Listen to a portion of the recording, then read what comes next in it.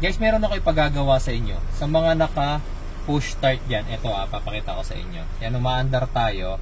Tapos, ilagay nyo muna sa park yung inyong transmission, and then i-engage niyo yung parking brake or yung iba handbrake. Then, labas kayo ng sasakyan. Tapos, yung susi, iwan ninyo sa labas. Iwan ko dito. Dito. Yan, iwan ko dyan. Ayan. Tapos, pasok kayo sa loob.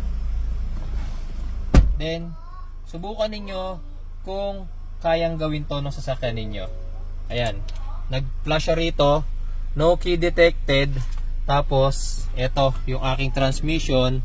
Pinipindot kasi yan dito sa harapan. Tapos, iuurong. Pero ayan, oh. Naririnig nyo, di ba? Parang may kumakalso. Ibig sabihin, from park, hindi ko siya mailipat ng reverse, neutral, and drive. So, bakit ko pinagawa yon? Actually, gusto ko makita sa sasakyan ninyo kung anong function nung immobilizer ninyo. Kasi, iba sa atin, karamihan, pero hindi naman lahat, guilty.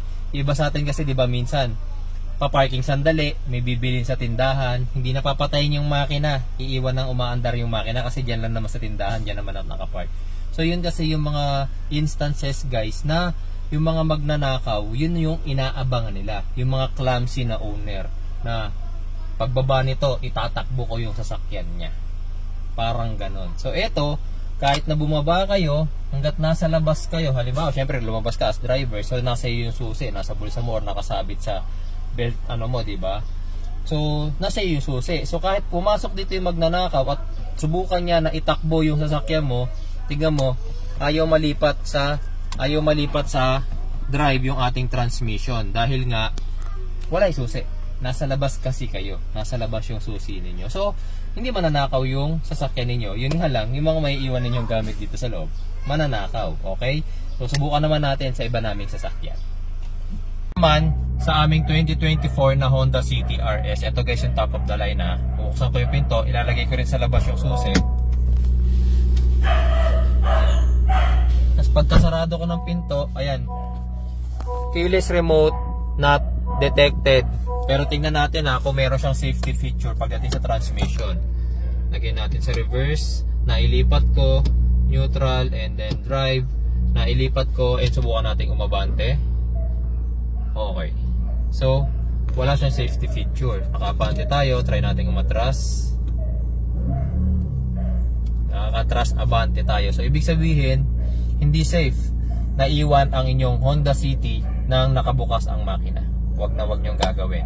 Kapag bababa kayo, kahit bibili lang kayo sa tapat, isarado ninyo ang inyong sasakyan. Patayin yung makina at ilak. Kasi, yung mga gantong sasakyan, hindi nyo rin ito malalak. Kahit na umaandar ang makina, nasa inyo susi, hindi nyo malalak yan. Kailangan nakapatay talaga. Ngayon naman guys, ang susubukan natin is itong aming Gilio Cabango. So ito yung susi. Dali, drive natin konti. Atras abante natin. Abante. Then atras natin. Okay. Then lagay natin sa park. Sa park kasi dito pinipindot na lang. Pag napunta siya sa park, automatic nag-engage din yung aking parking brake. Labas natin yung susi. Yeah. So iniwan ko dun. Sarado natin. Not detected. Nakikita ninyo. Tapos, subukan natin kung malalagay natin sa drive yung transmission. Yes, guys. Nalagay natin sa drive yung transmission and aabante tayo. Ayan. Reverse. Okay. So, wala rin siyang safety feature kagaya ng Everest namin. So, Everest namin, basta nasa labas ang susi, kahit dyan lang sa may pinto sa labas, hindi nyo na mailalagay sa drive, neutral, or any gears yung inyong transmission, nakapark lang siya. So, hindi maitatakbo yung inyong sasakyan. Sa inyo guys, subukan nyo yung sasakyan ninyo kung kaya bang gawin yung ginawa ng Everest namin.